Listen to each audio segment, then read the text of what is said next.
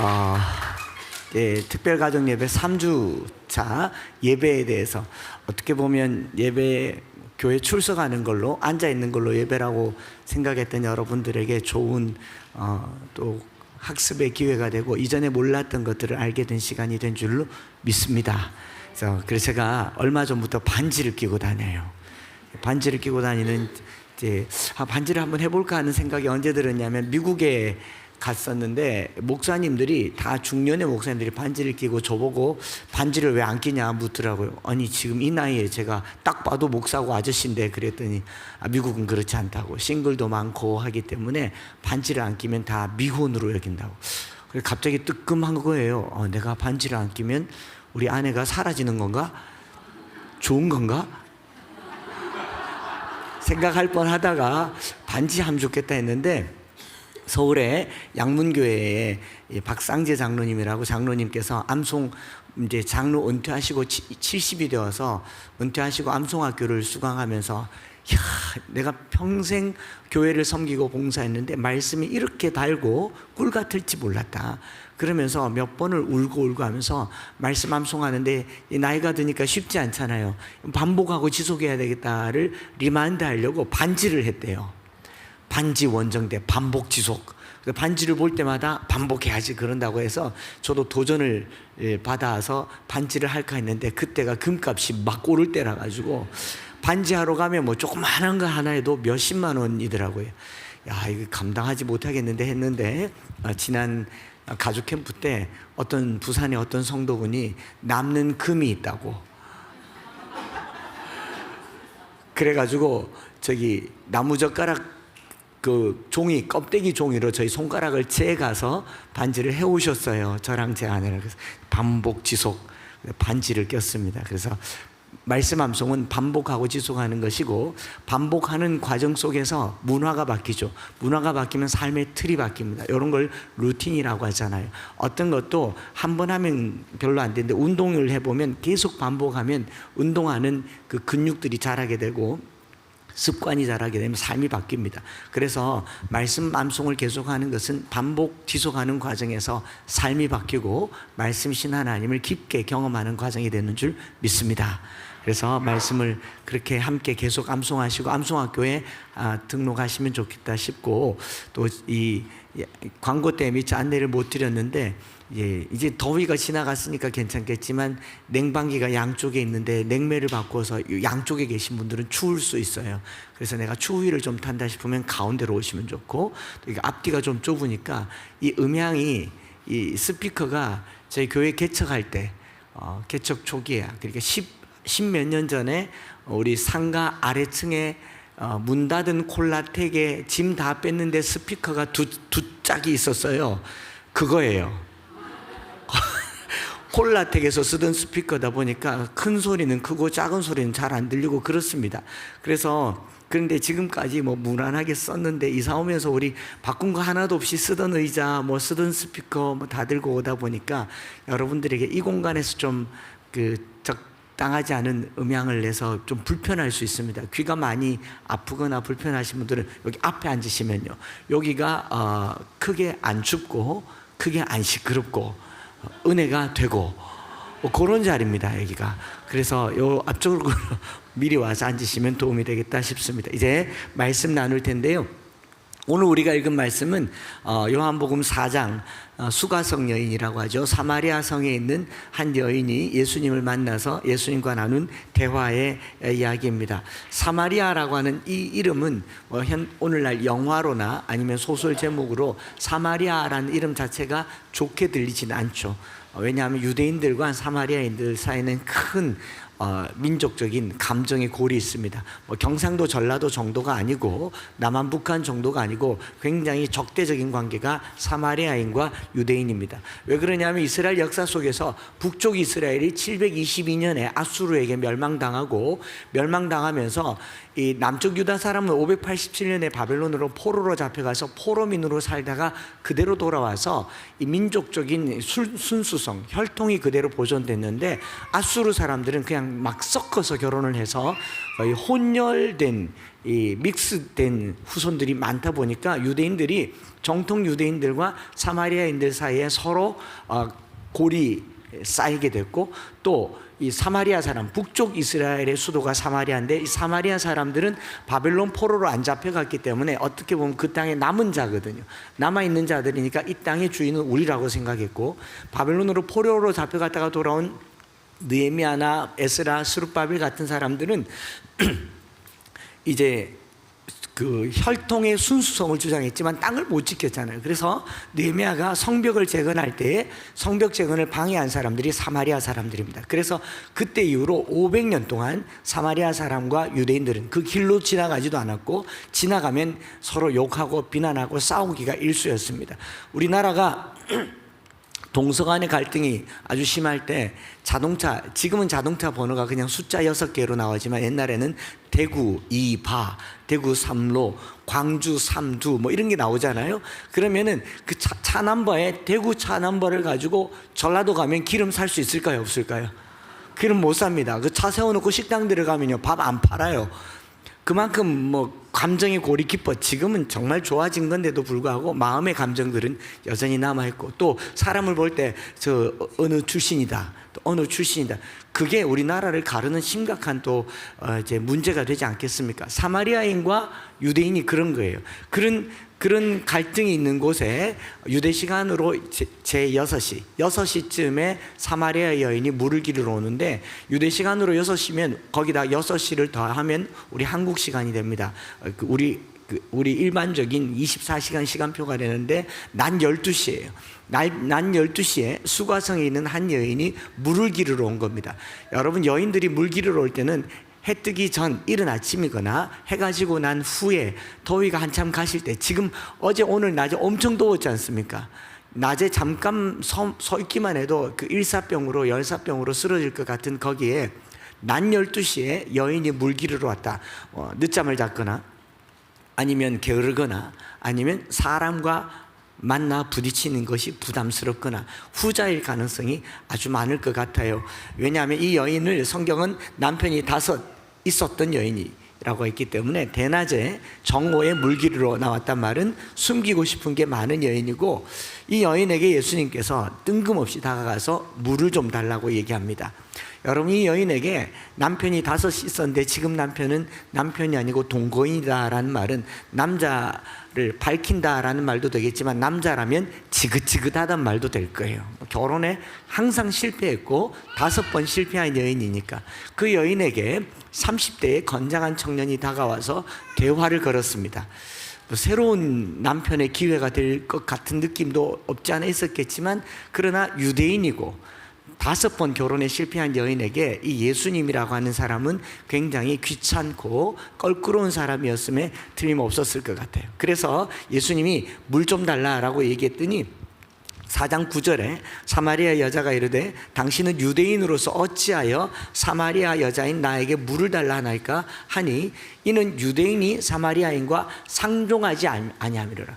다른 번역에는 절대 말하지 않는 사이이더라 이렇게 나와 있거든요. 말도 걸지 않는 그런 사이인 사마리아 여인에게 예수님께서 말을 걸은 겁니다. 예수님이 아무리 30대 건장한 총각이지만 결혼 5번 실패한 여인에게 다가갈 만큼 여인의 이 수요가 있는 그런 분은 아니지 않겠습니까? 무슨 이유가 있었겠죠. 그렇게 갔더니 유대인이 사마리아인에게 말하는데, 이 여인에게 예수님은요 사마리아인 앞에 있는 유대인도 아니고 여인 앞에 있는 남자도 아니라 메시아로 다가가고 있다는 것을 뒤로 가면 갈수록 알게 되죠. 여인이 그리스도를 만났다라고 얘기하지 않습니까? 남자를 만난 게 아니라 사마리아인으로서 유대인을 만난 게 아니라 그리스도를 만났다라고 얘기하죠. 오늘 우리에게 주님이 다가오는 그 지점이 바로 예배가 될 것입니다. 그래서 물 달라고 하니까 네가 왜 당신이 내게 말을 거느냐 이렇게 물었더니 4장 10절에 뭐라고 말합니까? 예수께서 대답하여 이르시되 네가 만일 하나님의 선물과 또 내게 물 좀 달라 하는 이가 누구인지를 알았더라면 네가 그에게 구하였을 것이요 그가 생수를 내게 주었으리라. 아니 금방 물 달라 그래 놓고 또 뜬금없이 생수를 주시는 이가 내다 이렇게 얘기하잖아요. 그럼 왜 물 달라고 얘기하는가? 이렇게 이제 뭐 앞도 뒤도 안 맞는 동소문답 형태의 대화가 계속 진행되는 중에 예수님께서 그 여인의 속에 있는 무언가를 끄집어내고 있는 거죠. 그래서 계속 대화를 하다가 결정적으로 한마디를 딱 남깁니다. 가서 네 남편을 데려와라. 여인이 뜨끔하고 놀랐을 겁니다. 그런데 이 여인은 예수님을 모르고 예수님도 자기를 모를 거라고 생각했기 때문에 4장 16절에 네 남편을 불러오라 라고 말했고, 여인에게 있어서는 드디어 올 것이 온 거죠. 자신의 치부가 드러날 지경인데 어떻게 말합니까? 덮어버립니다. 숨깁니다. 최대한 과거를 숨기면서 법적인 남편이 없음을 드러냅니다. 스스로 깨끗한 거죠. 그래서 17절에 여자가 대답합니다. 나는 남편이 없나이다. 예수께서 이르시되 네가 남편이 없다 하는 말이 옳도다. 예수님이 이걸 너무 잘 알고 있는 거예요. 그리고 곧 이어서 이렇게 말하죠. 네게 남편이 5이 있었고 지금 있는 자도 네 남편이 아니니 네 말이 참되도다. 제가 예수님은 아니지만 예수님과 같은 숫자 돌림이잖아요. 여러분들의 남편이 진짜 남편이 아닌지 제가 알아맞혀 드릴까요? 뭐 교회 올 때 뭐 호적 등본 들고 옵니까? 신혼 뭐 가족 관계 증명서 들고 옵니까? 그 남자가 내 남자인지 아닌지 저는 알아요. 어떻게 했어요? 아주 여인으로서는 깜짝 놀랄 만한 일이죠.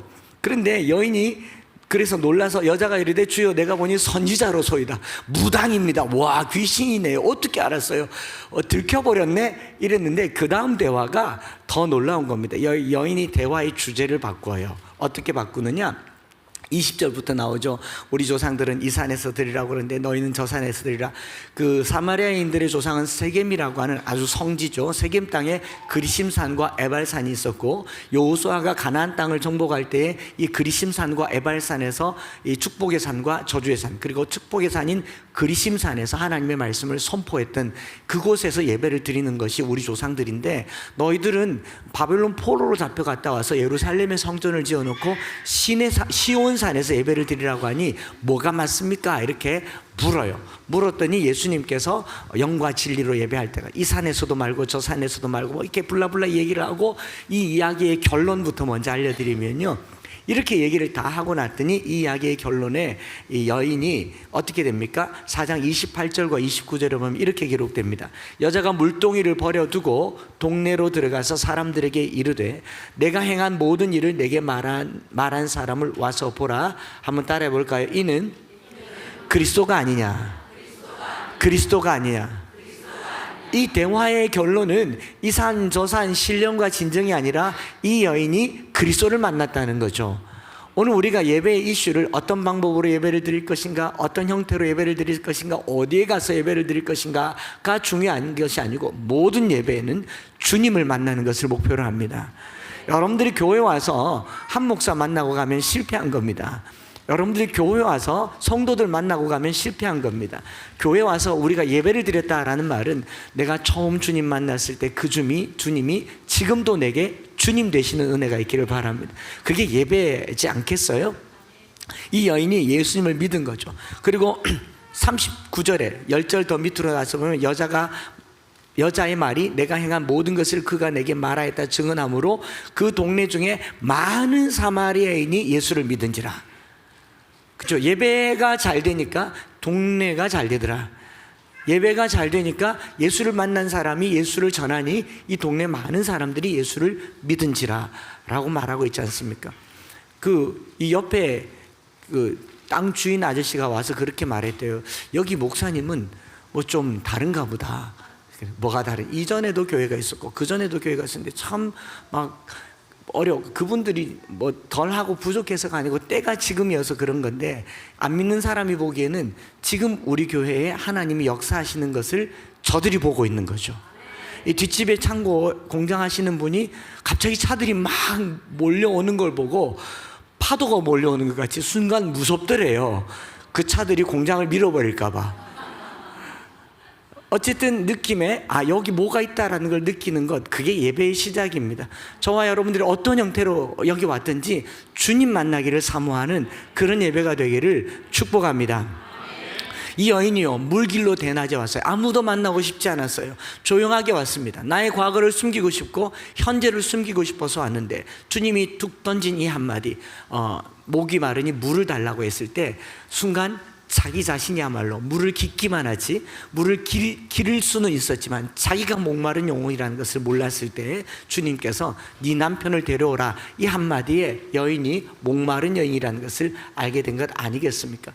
저와 여러분들이 3주간요 특별가족 예배로 이제 예배에 대해서 드렸습니다. 첫 주에는 예배는 함께 드리는 것이다. 같이 드리는 것이 예배. 혼자는 어렵다. 안 되는 건 안 돼. 쉽지 않습니다. 쉽지 않죠. 혼자 공부하는 게 쉬워요. 독서실 가서 같이 하는 게 좋아요. 애들이 그 집에 공부 책상까지 다 만들어두고 냉난방 잘 되고 엄마가 여차하면 간식도 물도 모든 걸 다 떠다 주는데 귀엽고 독서실 가겠다 해요. 그 왜 그래요? 친구들 만나러 가는 것도 맞지만 괜히 왠지 거기 가야 공부가 될 것 같지 않습니까? 예배는 공동체로 드리는 거거든요.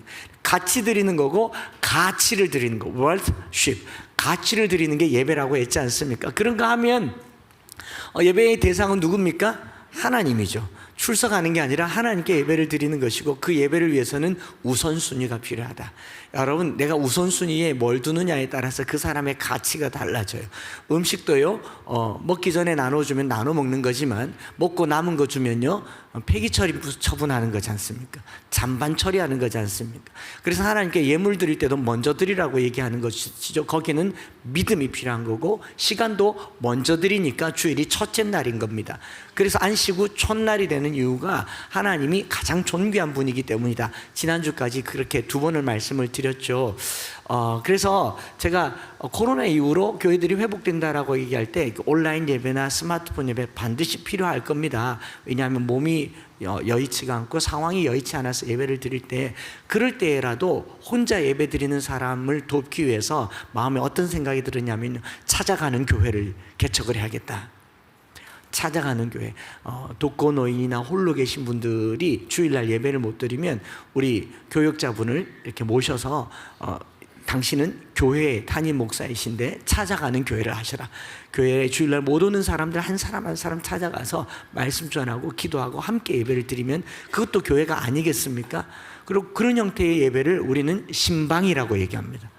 혼자 충분히 가정에서 예배를 드릴 수 있지만 목회자와 함께 주중에 예배를 드릴 수 있는 걸 이제 함께 하는 예배, 같이 하는 예배라고 하는 거죠.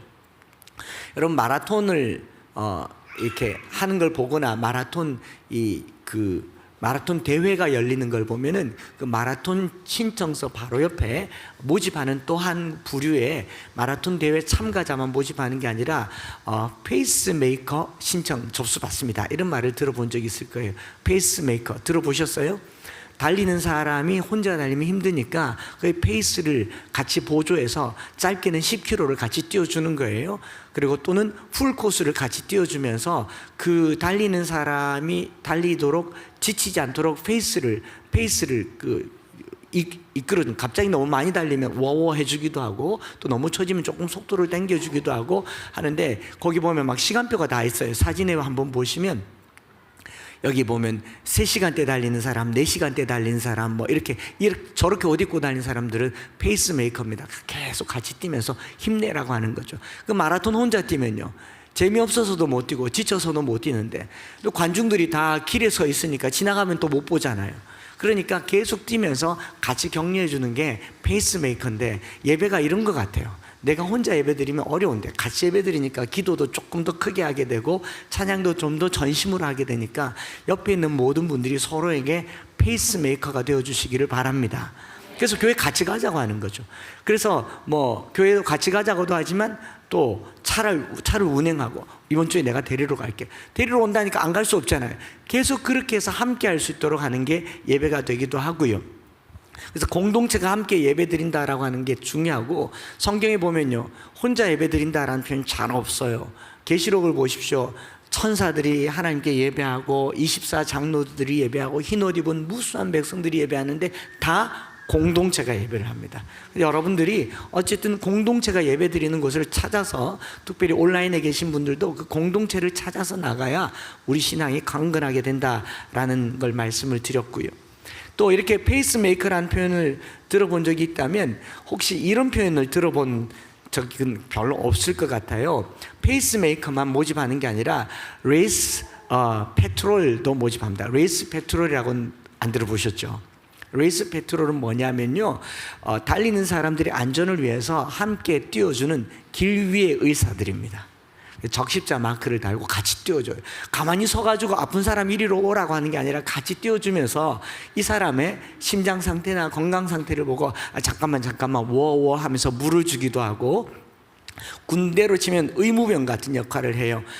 의무병이나 위생병은 응급처치에 필요한 의료품을 몸에 가지고 적십자 마크를 달고 다니면서 군인 중에 환자들 이렇게 달는데, 실제로 저렇게 이렇게 풍선으로 적십자 마크를 달고 이렇게 뛰면서 아프면 자기를 찾도록 합니다. 저기 등에 이렇게 바짝 붙어서 배낭 같은 색 같은 걸 맸잖아요. 저기에 별의별 게 다 들었는데 뭐가 들었는지를 봤더니 거기는 휴대폰, 당연히 휴대폰이 들었겠죠. 바셀린, 일회용 반창고를 왜 했을까? 뒤꿈치 까질까봐 일회용 반창고인가 했더니 그게 아니고 이렇게 이 런닝 같은 걸 입잖아요. 젖꼭지 쓸림 방지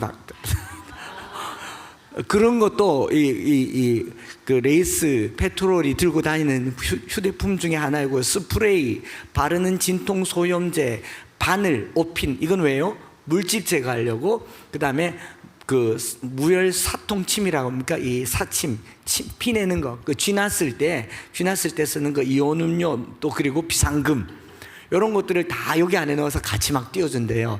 예, 레이스 페트롤이라고 합니다. 그 레이스 페트롤의 목적은 뭐냐면 안전입니다. 그래서 그 페이스메이커는 완주가 목표고 레이스 페트롤은 안전이 목적이기 때문에 그 사람이 부상을 입었으면 얼른 치료해서 끝까지 갈 수 있도록 해주는 게 이 레이스 페트롤인데, 저는 오늘 본문에 예수님께서 이 사마리아 여인에게 레이스 페트롤 같은 역할을 하고 있는 것 같다라는 생각을 했어요. 이 여인을 지금 치료하고 계신 겁니다. 이 여인의 주저앉은 믿음을 일으키고 있는 것 같았어요. 자, 사실 이 수가성 여인 예배할 처지가 되겠습니까? 안 되겠습니까? 그리심산에 가서 예배 드릴 수 있겠어요? 지금 낮 12시에 물길로 오는 여인이에요. 사람들 있는 곳을 피해야 하고, 사람들이 이 여인을 기피하고 이 여인이 사람을 기피해야 하는, 공동체로 예배를 드릴 수 없는 이 한 여인이에요. 그렇지 않겠습니까? 결혼에 5번 실패했고 지금 남편도 진짜 남편이 아닙니다. 예수님을 선지자라고 부르면서 우리 사마리아 조상들과 유대인 조상들의 예배 처소를 물었지만, 정작 이 여인은 어디가 예배 처소인지 안다고 한들 예배 드리러 갈 처지는 안 되는 여인이었던 것이죠.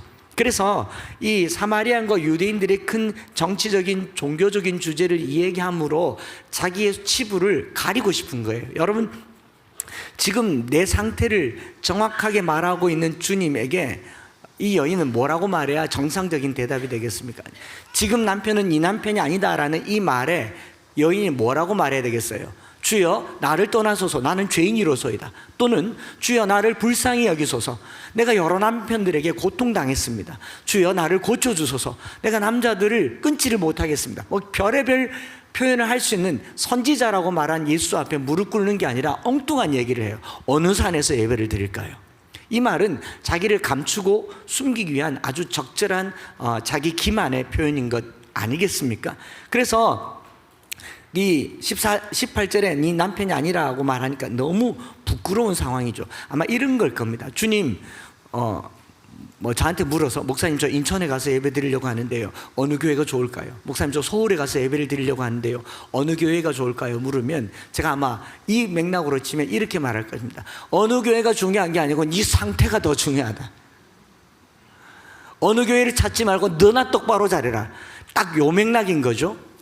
여러분, 우리는 좋은 교회를 찾아다니고 예배가 되는 교회를 찾아다니지만 나는 과연 예배할 상태인가? 나는 과연 예배를 드릴 수 있는 상태인가를 주님이 끄집어낸다면요, 얼마나 비참해지겠느냐. 바로 이런 말이죠. 사람들이 자기 자신의 상태나 자기의 이 내면을 숨기는 가장 좋은 방법은 뭐냐면 좀 더 큰 주제를 얘기하는 겁니다. 나라 얘기를 해요. 정치 얘기를 합니다. 여러분, 대통령 얘기를 하는 동안 나는 애국자가 돼요. 정부를 얘기하는 동안 나는 애국자가 됩니다. 제가 근데 다르게 물어볼게요. 세금 제대로 냈습니까? 나라법은 잘 지켰습니까? 사회의 치안 질서를 유지하기 위해서 교통신호등을 잘 지키고 있습니까? 이래 물으면 우리는 다 나라 팔아먹는 매국놈이나 다를 바가 하나도 없잖아요. 그런데 꼭 말할 때는 아주 큰 걸 얘기합니다. 이 여인이 지금 딱 이렇게 된 거죠. 자기 수치가 드러났는데 예배할 처소를 묻고 있지 않습니까? 오늘 여러분 교회를 떠나는 성도들이 교회가 문제가 있고 목회자가 문제가 있고 교회로부터 상처를 받았다, 옳습니다. 그러나 나는 괜찮습니까? 나는 괜찮냐고요. 예배에 있어서 중요한 것은 내 상태가 주님 앞에 드러나는 것입니다. 그럴 때에 우리는 숨기고 싶죠. 우리가 하나님 나라 복음 증거 부흥 대구 얘기를 하면 가슴이 펄펄펄펄 뛰어요. 그런데 주님께서 거울로 내 모습을 딱 보여주면요, 초라하기가 끝이 없는 거죠. 그렇지 않겠습니까? 제가 밖에 가서 집회하고 막 성령 충만해서 집에 왔는데 제 아내랑 둘이 누워있으면요, 저런 초라하기가 끝이 없어요. 까딱 잘못하면 스마트폰 모서리로 맞는 수가 있습니다. 그렇다고 해서 그런 적 한 번밖에 없어요. 늘 그런 건 아니지만 맞을 짓 했겠죠. 그래. 밖에서 뭐 아무리 말씀을 전하고 성령 충만해도 저의 내면은 초라하고 비참하고 그냥 보잘것없는 한 남자일 뿐 아니겠습니까? 우리가 얼마나 죄인인지, 내가 하나님 앞에 얼마나 부끄러운지를 말하기 시작하면요, 도망가고 싶을 겁니다. 우리 안에 지금 남편이 아닌 남의 편은 얼마나 많습니까? 우리 안에 5번 결혼하고 실패한 그런 남편이 얼마나 많겠습니까? 사람 속에 숨겨져 있는 거짓, 더러움, 가증스러움 꺼내면요, 여러분 큰일 납니다. 지금 여인은 그것이 들추어지니까 횡설수설하는 거예요. 그랬더니 주님께서 하시는 말씀이에요. 여인아, 그거 신경 쓰지 마라. 지금 신경 써야 될 것은 예배의 장소가 아니라 너 마음의 상태다. 너 마음의 상태가 더 중요하다. 근데 이걸 이상하게 해석해서 이 산도 안 중요하고 저 산도 안 중요하고 예배는 공간이 아니고 혼자도 예배 드리면 된다. 영과 진리로 예배를 드리면 된다. 여러분, 영과 진리로 예배를 드리는 게 쉬운 줄 아세요? 안 쉽습니다. 안 쉬워요. 그건 공간의 문제를 말하는 게 아니라 내 내면의 공간을 얘기하는 거예요. 내 내면의 공간. 그래서 예수께서 이르시되 21절부터 24절 우리가 읽은 말씀이죠.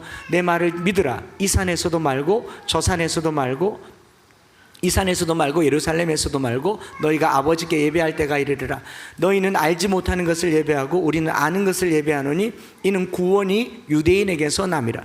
아버지께 참되게 예배하는 자들은 영과 진리로 예배할 때가 오노니 곧 이때라. 아버지께서는 자기에게 이렇게 예배하는 자들을 찾으시니라. 24절 같이, 하나님은 영이시니 예배하는 자가 신령 진정으로 예배할지니라. 아멘. 이 말을 그냥 예배 때 땡, 하나님은 영이시니 예배하는 자가 영과 진리로 예배할지니라. 아멘. 이거 정도가 아니에요. 여러분, 하나님이 영이시란 말은요, 영이신 하나님께서 우리의 속사정, 누구에게도 말하지 않았던 사정, 누구에게도 들키지 않은 것, 누구에게도 드러나지 않은 것 다 아신단 말입니다. 나오기 쉽겠습니까? 지금 하나님이 영이신 하나님께서 지금 우리 가운데 거하시고 우리 상태를 누구보다도 잘 안다면 지금 여러분들이나 제가 예배를 제대로 드릴 수 있겠습니까? 제가 지난주에 화면에 나올 텐데요, 지난주에 우리 교인 중에 한 분을 차로 지나가다가 만났어요. 만나가지고 따라가 봤는데 좀 부적절한 곳을 들어가시더라고요. 그래서 제가 그걸 사진으로 찍었어요. 한번 보시죠. 라고 말한다면 지금 가슴이 철렁철렁한 분들이죠. 여러분 표정 다 봤어요 제가. 여러분들의 잘못이 드러난다면 주님 앞에 과연, 사람 앞에도 못 설 건데 주님 앞에 과연 설 수 있겠는가? 그게 하나님은 영이신이라는 말이에요. 제가 너무 영적이어서 여러분들에게 안수하는 순간 지난주에 뭘 했는지, 그런 목사님 계세요. 그런 목사님 계시니까 사람들이 그 앞을 안 지나가려고 그러더라고요. 들킬 것 같아가지고. 만약 제게 그런 은사가 있어서 안수를 했는데, 아이고 송현이 너무 많이 마셨다, 현민아 한 주님만 섬겨라, 막 안수해가지고 너 못 볼 거 너무 많이 봤다, 계속 이러면 저한테 가까이 오겠습니까? 머리 들이밀겠습니까? 안 들이밀겠습니까? 아무 일도 안 일어나니까 안수 받지. 여러분, 그걸 화면에 계속 띄운다고 생각해봐요. 여기 오는 게 쉬워요, 안 쉬워요? 그건 장소의 문제가 아니라 내 문제인 거죠. 우리는 거짓과 속임수에 빠져서 나는 괜찮은 사람인 것처럼, 나는 신령한 사람인 것처럼 예배의 장소를 찾고 은혜가 되는 교회를 찾고 설교가 좋은 목사님을 찾지만, 주님은 내게 말씀하실 거예요. 너는 괜찮냐? 너는 괜찮냐? 오늘 우리가 예배가 뭔지를 이제부터 중요한 얘기를 드리려고 하는 거예요. 우리 하나님 한결 같으시고 우리 하나님 동일하십니다. 예배의 공간도 동일해요. 누가 문제입니까? 내가 문제죠. 내가 문제. 내 상태가 중요한 거죠. 하나님 앞에 나아가려고 하니 신령과 진정으로 나간단 말은요, 부담스러운 일입니다. 엄청 부담스러운 일이에요. 그러나 이 배경을 가지고 본문 전체를 다시 한번 묵상해 보면요, 영과 진리로 예배하라 라는 말의 목적은요, 이 여인의 속에 숨겨둔 아무에게도 말할 수 없었던 과거, 상처, 부끄러움 그대로 가지고 와서 영이신 하나님께 나음을 입어라 라는 말인 줄 믿습니다. 거룩한 백성들이 여기 나오는 것이 아니라 죄 있는 백성들이 나와서 영이신 하나님께 우리의 잘못이 드러나고 해결되고 새로워지는 것이 예배가 되는 줄 믿습니다. 여기 두 번이나 반복되는 23, 24절에 참되게 예배하는 자들은 영과 진리로 예배할 때가 오노니, 그리고 24절에 하나님이 영이시니 예배한 자가 영과 진리로 예배할지니라, 이런 자들을 찾으신다고 그랬잖아요. 신령과 진리로 드리는 사람을 찾는다라는 말은 문자 그대로 이걸 받아가지고 참된 예배자를 하나님이 찾으신다라고 하는데, 참된 예배자는 없습니다. 참된 죄인들밖에 없어요. 영이신 하나님께 나아가야 할 들킨 죄인들밖에 없어요. 우리가 이 죄를 가지고 하나님 앞에 나와서 그리스도의 보혈로 용서함을 받고 나음을 받으면 그게 예배입니다. 오늘 여러분 일주일 동안 거룩하게 살아서 여기 올 사람은 아무도 없을 겁니다. 제가 일주일만 여러분들 집에 CCTV를 한번 깔아볼까요?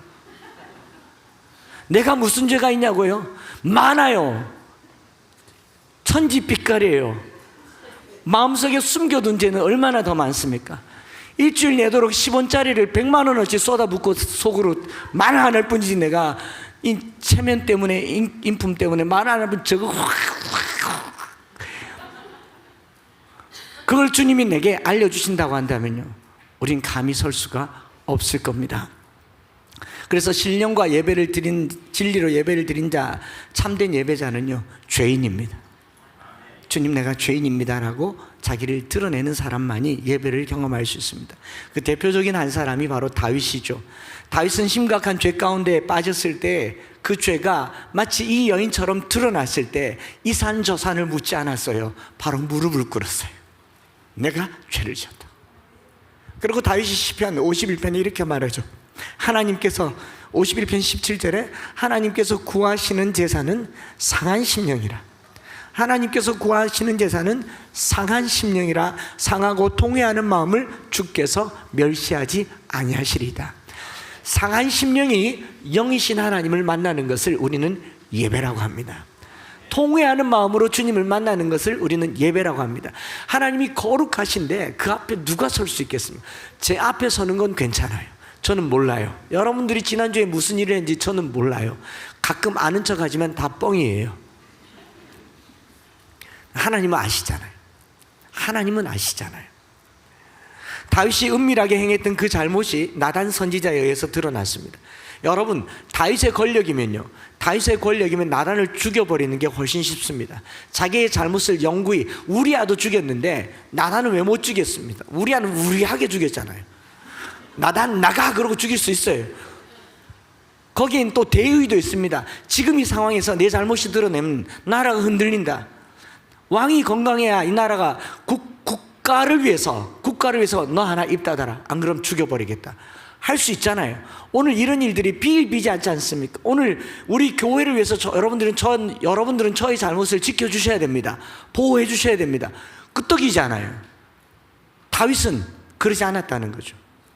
나단이 자기 잘못을 드러냈을 때 나단의 입장에서도 마찬가지입니다. 얼마나 겁났겠어요. 다윗의 잘못을 하나님이 보여줬을 때 나단의 입장에서는 나라를 위해서 내가 이번만 꾹 참자. 어차피 우리아는 죽었고 밧세바는 데려왔고 애는 이제 낳았고 그냥 퉁치자. 충분히 그럴 수 있었을 겁니다. 지금 나라는 블레셋이 계속 침략해서 들어오고 있고 국권을 지켜야 되며 국가를 지키기 위해서 국가의 원수를 보호하는 것이 선지자의 의무다. 충분히 할 수 있습니다. 국무총리가 대통령을 지키는 거 아니겠어요? 그런데 충분히 덮을 수 있는데 나단도 다윗처럼 그렇게 정확하게 말합니다. 나단은 정확하게 다윗의 잘못을 지적했고 다윗도 즉시 그 앞에 무릎을 꿇습니다. 여러분, 하나님 앞에서는요, 죄를 들추어서 정죄하는 게 목적이 아닙니다. 우리 하나님께 드리는 예배는 죄가 드러나는 게 목적이 아니라 회개하는 게 목적입니다. 여러분, 죄를 드러내는 이유는 회개할 기회를 주는 거예요. 세상의 죄는 심판이 목적이에요. 어떤 죄가 드러나면 세상에서는 정죄를 해서 판단을 해서 형을 때립니다. 그런데 하나님 앞에서는 죄가 드러나면 그리스도의 십자가의 보혈로 용서함을 받잖아요. 여러분, 회개하는 걸 부담스러워하는데 어떻게 구원을 받을 수가 있겠습니까? 우리 주님은 어떤 죄라도 용서해 주시겠다고 했는데, 돌이킬 기회를 줬는데 그게 부담스러워서 꾹꾹 눌러서 5번째 남편은 내 남편이 아닌데, 그런데 이 산 저 산을 찾고 있는 그 여인이 우리가 아니고 누구겠냐고요. 여러분, 주님을 만난다는 것은요, 주님 앞에 내 죄가 드러난다는 것이고, 그거는 손가락질 당하는 일이 아니에요. 고침받는다는 거예요. 회복할 기회를 준다는 겁니다. 그래서 나단이 다윗의 죄를 이렇게 정죄하죠. 사무엘하 12장 9절에 그런데 어찌하여 네가, 나단이 그래요. 나단이 다윗 보고, 그런데 어찌하여 네가 여호와의 말씀을 업신여기고 나보기에 악을 행하였냐. 하나님 말을 가지고 하는 거죠. 네가 칼로 햇사람 우리아를 치되 암몬 자손의 칼로 죽이고 그의 아내를 빼앗아 네 아내로 삼았도다. 나단이 신탁을 받아서 하나님의 말씀을 이렇게 담대하게 전합니다. 전했더니 다윗이 뭐라고 말합니까? 바로 13절에 다윗이 나단에게 이르되 내가 여호와께 죄를 범하였노라 하매 나단이 다윗에게 말하되 여호와께서도 당신의 죄를 사하셨나니 당신이 죽지 아니하려니와. 얼마나 간단하게 죄가 사함을 받습니까? 물론 거기에 상응하는 징벌도 채찍도 받았지만 죄 사함이 일어나는 것은 순식간에 일어납니다. 여러분, 이 상황에서요, 죽이려고 죄를 들춰내면 나단도 죽고 다윗도 죽는 겁니다. 또 자기 죄를 숨기려고 한다면 다윗은 나단을 죽였을 겁니다. 그러나요, 살고 싶으면 회개해야 됩니다. 그리고 회개의 기회를 줘야 돼요. 내가 살고 싶으면 내가 회개해야 되고, 누군가를 살리고 싶으면 회개할 수 있는 기회를 줘야 돼요. 우리가 정죄하지 않는다는 말은 그의 죄를 그냥 덮어둔다는 게 아니라 회개할 수 있도록 계속해서 기회를 줘야 돼요. 그래서 다윗이 그 회개의 기회를 사서 시편 51편에 이렇게 말하죠. 9절부터 12절 주의 얼굴을 내 죄에서 돌이키시고 내 모든 죄악을 지워주소서. 하나님의 내 속에 정한 마음을 창조하시고 내 안에 정직한 영을 새롭게 하소서. 나를 주님 앞에서 쫓아내지 마시고 주의 성령을 내게서 거두지 마소서.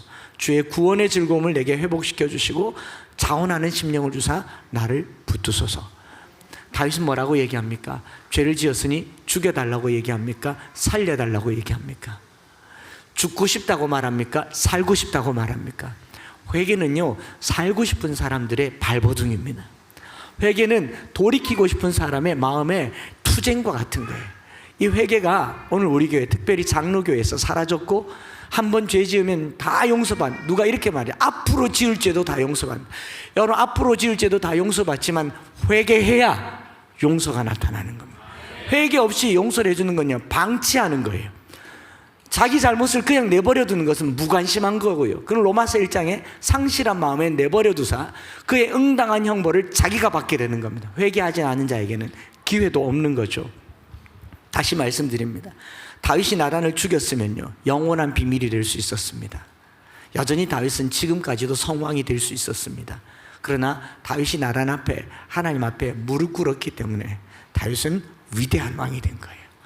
정치를 잘했기 때문에가 아니라, 다윗이 잘못이 없었기 때문에가 아니라 죄 앞에 무릎 꿇었기 때문에, 죄 때문에 하나님 앞에 무릎 꿇었기 때문에 하나님은 그를 예수 그리스도의 계보의 한 왕으로 삼아주신 것인 줄 믿습니다. 하나님께서 찾으시는 예배자는요, 신령과 진정으로 예배드리는 사람 어떤 사람이냐? 통회하고 자복하고 내가 죄인입니다 라고 말하는 사람. 그런 심령, 매주 여러분 매주 여러분들이 교회 와서 기도할 때 여러분들의 죄가 여기 PPT에다가 막 스크린으로 계속 뜬다고 생각해 보세요. 예, 김순길 집사님 천사예요. 그냥 얼굴도 천사고 사는 것도 천사고 애한테 싫은 소리 한마디 안 하시는 분이세요. 계속 절레절레한데 제가 보기엔 그래요. 적어도 제가 보기엔 남이 봐도 그렇겠지 않겠어요? 그런데 그 속에 있는 걸 끄집어내서 여기 올린다고 생각해 보세요. 그게 우리 모습이라고요. 전들 예외겠습니까? 여러분들은 저를 모르잖아요. 여러분들은 저를 모르잖아요. 얼굴만 봐도 성령 충만한 것 같다. 어떻게 저런 얼굴이 나오냐. 고난의 흔적이 하나도 없다. 부잣집 막내 아들 같다. 주님을 깊게 만났다. 제대로 아니에요. 아니에요. 말로 다 알 수 없는 끔찍한 것들이 내 속에 있고 지금 내가 드러낼 수 없는 것들이 내 안에 있고 얼마나 많겠습니까? 예배는요, 하나님 앞에 내가 죄인입니다. 내가 죄를 지었습니다. 그걸 고백하는 것이 예배입니다. 매일 손 씻을 줄 알고 화장 지우고 몸 씻을 줄 아는 사람이 자기 영혼 더러운 것을 모르면 어찌 신령과 진정으로 예배를 드릴 수 있겠습니까? 영과 진리로 예배한 자들을 찾는단 말은 그런 사람이 잘 없단 말이죠. 그래서 하나님의 임재 앞에 부끄러워 고개도 못 들면서 횡설수설하는 그 상태가 바로 예배입니다. 하나님 지금도 여전히 그렇게 예배하는 자들을 찾으십니다. 장로, 권사, 목사, 신령한 사람, 모태신앙, 찬양 잘하는 사람 찾는 게 아니에요. 죄인을 찾으십니다. 회개할 죄인을 찾으세요. 주님 앞에 나올 때 왜 예배 전에 여기 엎드려서 기도하라고 하냐면 주님 앞에 설 수 없는 사람들이 주님 앞에 섰잖아요. 그 앞에 서면 부끄러울 것밖에 없는 사람들이 여기 왔잖아요. 그래서 하나님, 나 이제 왔으니 내 집을 찾아 주여 나를 받으사. 그런 은혜가 있기를 축복합니다. 하나님 외에는 해결할 수 없는 죄인들의 모임이 교회이고 그 죄인들이 주님 앞에 회개를 요구하는 것이 교회이고 고침받는 것이 바로 교회입니다. 여러분 병원에서 엑스레이 찍는데 외투 입고 엑스레이 찍는 사람 없어요? 너무 부끄러워요. 전 입고 찍을래요. 그런 사람 없어요. 단추 빵빵빵빵 나올 겁니다. 아닙니까? 수술실에 가서 수술하는데 부끄럽다고 옷 다 입고 수술하는 사람 없을 거예요. 다 벗어야 됩니다. 다 벗어야 되고 나도 모르는 나의 치부까지 의사들한테 다 보여줘야 됩니다. 그래야 고침받잖아요. 예배는요, 하나님 앞에 깊숙한 것을 보여주는 것, 그게 신령과 진정으로 드리는 예배인 줄 믿습니다. 우리 주님 앞에 고침받으려고 낱낱이, 그렇다고 해서 옆에 사람 죄를 내가 알려고 하진 마세요. 루터가 예배 때 회개라는, 예배 순서에 회개 기도라는 게 들어가 있는데 공공에서 회개할 때는 개인의 치부를 옆 사람에게까지 말할 필요는 없어요. 물론 그렇게 말함으로 다시 내가 죄 가운데 빠졌을 때 나를 붙잡아 달라고 도움을 요청할 수는 있지만 누군가의 잘못이 누군가에게 무기가 되게 하지 않게 하기 위해서 하나님 앞에 낱낱이 드러나기를 바라는 거죠. 그렇지 않겠습니까? 말씀을 마치려고 하는데 갑자기 분위기가 너무 이렇게 엄중해져서 왠지 내 마음속에 막 저기 깊숙한 본성 속에서 한번 웃기고 가야 되겠다는 생각이 그러면 안 되는 줄 알지만 벌써 들어와 버렸어요. 제가 그 노방 찬양을 꽤 오래 했고 한겨울에 막 추울 때에 동성로에서 기타 치고 찬양하면서 소리를 너무 질러가지고 그날 치질이 생겼는데 선체로 한겨울에 막 소리를 질렀고 그 차가운 바닥에 무릎 꿇고 기도를 했는데 너무너무 심각한 상태가 돼서 그 길로 병원에 실려갔어요. 의사가 보통 이게 좀 환부가 좀 가라앉아야 수술을 하는데 너무 응급하게 해서 수술을 했거든요. 저는 제 밑이 안 보이니까 제가 어떤 상태인지 알지도 못하고 거울로도 보고 싶지도 않고, 그런데 그 곽병원의 간호사분들은 다 어여쁩니다. 그 소문에 곽병원에 간호사 보러 간단 말이 있을 정도로 교통사고 환자, 치질 환자, 맹장염 환자들은 다 곽병원에 가던 시절에 그 간호사분이, 그때 제가 30대 초반이었는데 근데 제 차트를 이렇게 딱 보더니 아저씨, 제가 어디로 봐도 아저씨 같이 보여요. 30대인데 차트를 보더니 이렇게 말하더라고. 무궁화 꽃을 그려놨네요 그러더라고요. 상상하지 마세요. 그 순간 내 항문의 상태를 봤습니다. 제가 항문을 깊게 했습니다. 여러분, 그런데 그 간호사가 이렇게 봤는데 막 말하니까 제 마음에요, 옆 침대에서 들을까봐 그게 더 부끄럽더라고요. 그럼에도 불구하고 의사 앞에는 그 무궁화 꽃이 다 드러나야 됩니다. 꽃잎을 다 따야 치료가 되는 거 아니겠어요? 우리가 예배 드린다고 하는 것은요, 오늘도 해결하지 못한 죄가 있다면 주님 앞에 가지고 나와서 나를 주님 앞에서 멀리하지 마시고 정직한 영을 새롭게 하여 주소서. 정직한 영이 신령입니다. 정직한 영이 진리예요. 오늘 이 시간에 이 찬양 드리면서 하나님 앞에 나아갈 때, 하나님 나를 고쳐주십시오. 질병도 고쳐주셔야 되지만 남에게 말할 수 없는, 들켜버리면 고개도 들 수 없는 이 죄가 용서받음으로 새로운 삶을 살기를 원합니다. 주님, 새로워지기를 원합니다. 우리 그런 마음으로 찬양하면서 한번 기도하기로 합니다. 여기 있는 아이들요, 세상 죄도 모르고 살 것 같죠? 아니에요. 몇 마디만 해보면, 제가 어디서 그런 말을 배웠는지 세상 구질구질한 용어들을 다 씁니다. 윤이요? 윤이는 괜찮을 것 같아요, 아직. 그러나 곧 시작됩니다. 곧 오염돼요. 새 옷 입고 나와도 곧 오염됩니다. 우리 주님 앞에, 거룩하신 주님 앞에 정결함을 덧입기를 소망합니다. 정결한 마음 주시옵소서. 오 주님, 정직한 영을 새롭게 하소서.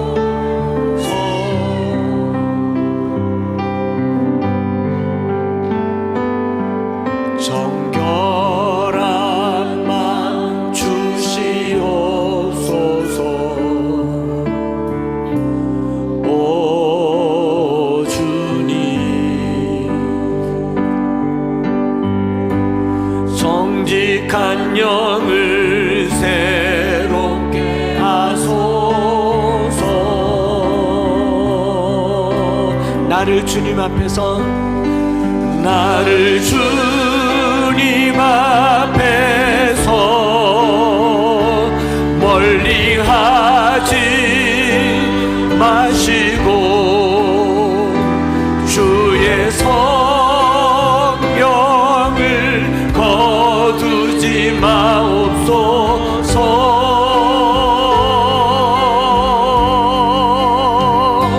그 구원의 기쁨 다시 회복시키시고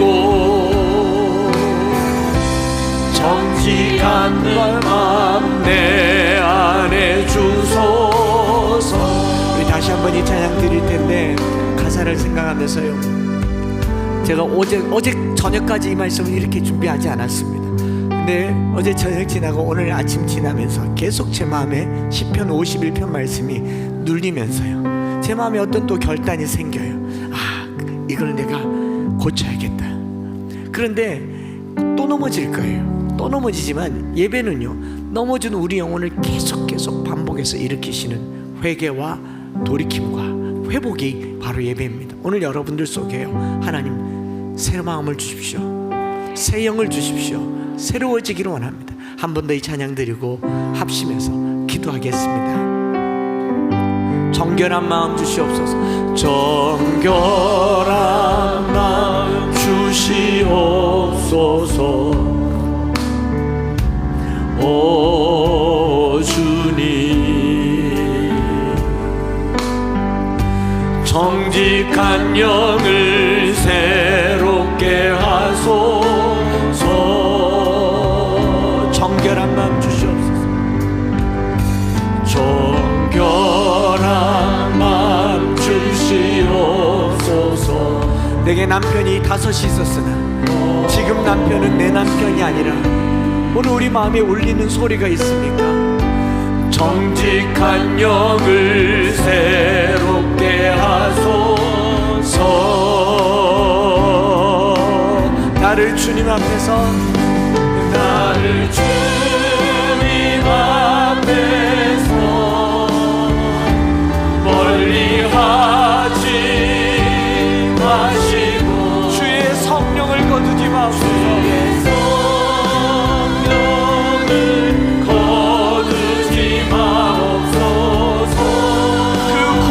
기쁨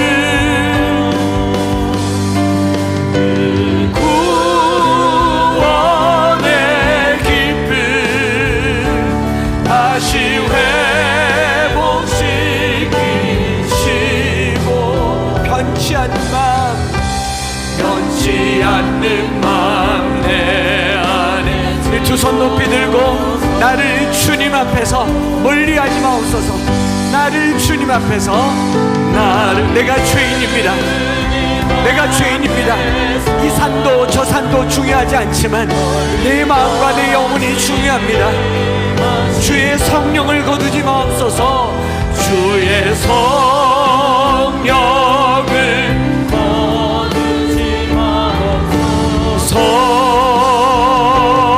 그 구원의 기쁨 그 구원의 기쁨 다시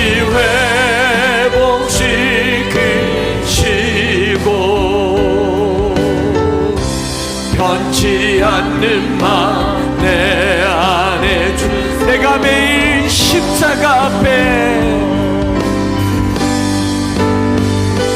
내가 매일 십자가 앞에 더 가까이 가오니 구세주의 흘린 보배 비로소 나를 저쪽 십자가를 한번 바라보십시오. 내가 매일 십자가 앞에 내가 매일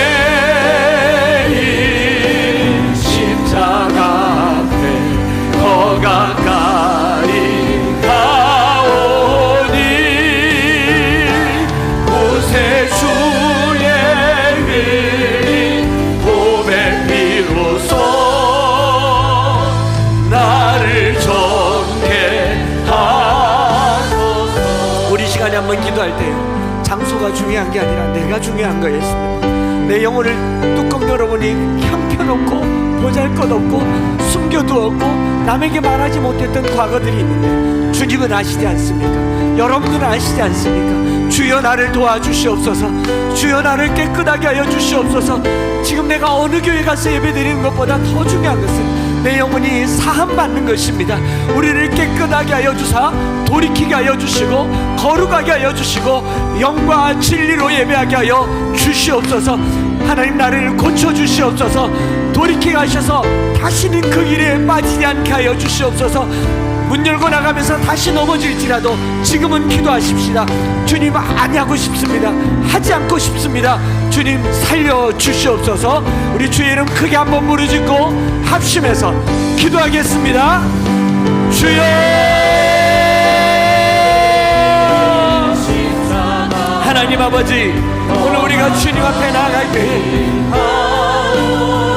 내게 남편이 5이 있었으나 지금 남편은 네 남편이 아니니 내 남편을 데려오라고 할 때 우리 주님 앞에서조차 숨기고 싶고 주님 앞에서조차 덮어두고 싶은 이 깊숙한 죄악들과 저 은밀한 죄악들이 주님 앞에 드러나고 깨끗해지고 새로워지고 회복되고 그리스도의 보혈로 씻음 받아서 새 영으로 살기를 원합니다. 새롭게 살기를 원합니다. 주님 저는 또 넘어지고 또 실수하지만 아버지 하나님 오늘 도와주셔서 영과 진리로 십자가의 보혈로 새로워지기를 원합니다. 하나님 고쳐주시옵소서. 하나님 고쳐주시옵소서. 하나님 고쳐주시옵소서. 주님 오늘 주의 영으로 진리로 예배하는 자들 주님 깨끗하게 하여 주시고 우리 안에는 온갖 연약함과 더러움과 부끄러움들이 예수 그리스도의 보혈로 씻음받아 새로워지게 하여 주시옵소서. 씻어주시옵소서. 나를 정케 하소서. 사랑하는 하나님, 그 무더운 여름 정오에 한 여인에게 다가가셔서 물 달라고 하셨을 때 그 여인에게 마르지 않는 생수를 주시려고 하는 주님의 계획인 줄 믿습니다. 오늘 우리가 사람 피하고 여럿 있는 곳 피해서 조용히 나의 잘못을 숨기고 살고 싶었지만 주님 오늘도 우리에게 오셔서 물 좀 달라 하실 때에 그 주님을 만나게 하여 주시옵소서. 우리가 신앙생활 잘해서 기도 많이 해서 경건해서 주를 만나는 것이 아니라 저 깊숙한 곳에 숨겨져 있는 죄가 드러나는 순간이 주님 만나는 순간인 줄 믿습니다. 하나님, 오늘 우리의 부끄러움과 숨겨두고 싶은 이 죄악들이 주님 앞에 발견되어지고 나를 주님 앞에서 멀리하지 마시고 주의 성령을 거두지 마시고 오늘 나를 깨끗하게 하여 주사 자원하는 심령을 주사 주를 섬기게 하여 주시옵소서. 예수 그리스도의 보혈로 씻어주시고 그 십자가가 오늘 나에게 생명이 되게 하여 주시옵소서. 매번 예배 드릴 때마다 주님, 죄인이 여기 왔습니다. 예수 만나 새롭게 되고 회복되어지는 신령과 진리의 예배가 세워지게 하여 주옵소서. 우리가 알지 못하고 우리가 드러내지 않지만 여기 깨어진 가정이 있습니다. 숨겨둔 은밀한 죄가 있습니다. 누구에게도 말할 수 없는 수치심이 내 안에 있습니다. 하나님, 이산저산 찾을 것이 아니라 내 마음 깊숙한 곳에 죄를 찾아내게 하여 주시고 끄집어내게 하시고 주여 살려주시옵소서. 고쳐주시옵소서. 고백하는 우리 모두가 되게 하여 주시옵소서. 아울러 주님 간절히 원합니다. 의사도 발견내지 못하는 깊숙한 질병들이 있다면 오늘 만병의 치유자가 되신 주님 끄집어내어 주셔서 고쳐주시옵소서. 우리를 사로잡는 온갖 두려움이 예수 이름으로 떠나가게 하여 주시고 우리를 가로막는 온갖 육체의 질병이 뚫리게 하여 주시고 영으로 호흡하는 우리 성도들 되게 하여 주시옵소서. 특별히 저 호주에서 고통당하는 정석영 자매를 기억하여 주셔서 정서정 자매를 기억하여 주셔서 아버지 하나님, 그의 생명이 다한다 할 때 생명은 하나님께 있사오니 주여 간절히 원합니다. 살려주시고 고쳐주시고 오늘 이 기적으로 나타나 주시옵소서. 뿐만 아니라 우리 안에 있는 모든 연약함들을 주님 새롭게 하사 우리의 삶이 하나님 살아계시는 증거요 간증이 되게 하여 주시옵소서. 저 연약한 곳에 흑암 가운데 있는 종을 건져서 주님 사람으로 만들어 주신 것처럼 오늘 우리 육체의 깊은 흑암 가운데 우리를 살려주셔서 주님의 자녀 되게 하여 주옵소서. 오늘도 주님 앞에 물떠오는 심령으로 예물을 드립니다. 11조를 드리고 주일 예물을 드리고 감사헌금을 드리고 하나님의 몸된 교회를 위해서 헌신하고 사랑하는 그 예물을 받아주셔서 저들 삶에 물질 아까워하지 않을 만큼 마음의 큰 사랑으로 역사하여 주시옵소서. 구주 예수 그리스도의 크신 은혜와 아버지 하나님의 변함없으신 사랑하심과 성령 하나님 위로 교통 충만 역사하심이 오늘 우리 안에 주의 영을 부어주시고 회개의 심령을 갑절이나 더하여 주셔서 예배 때마다 깨끗함을 덧입고 돌이켜서 새로워지기를 소망하며 영과 진리로 예배하기를 소원하는 사랑하는 모든 성도들 머리머리 위에 이제로부터 영원토록 함께 있을지어다. 아멘.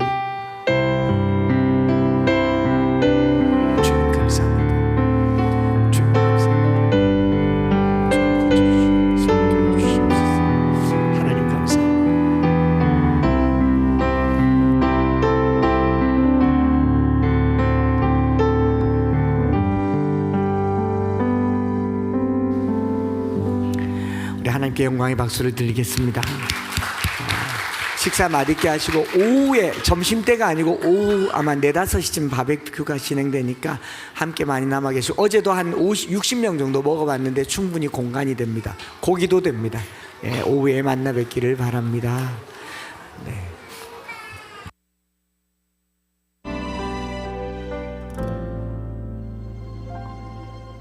내가 누려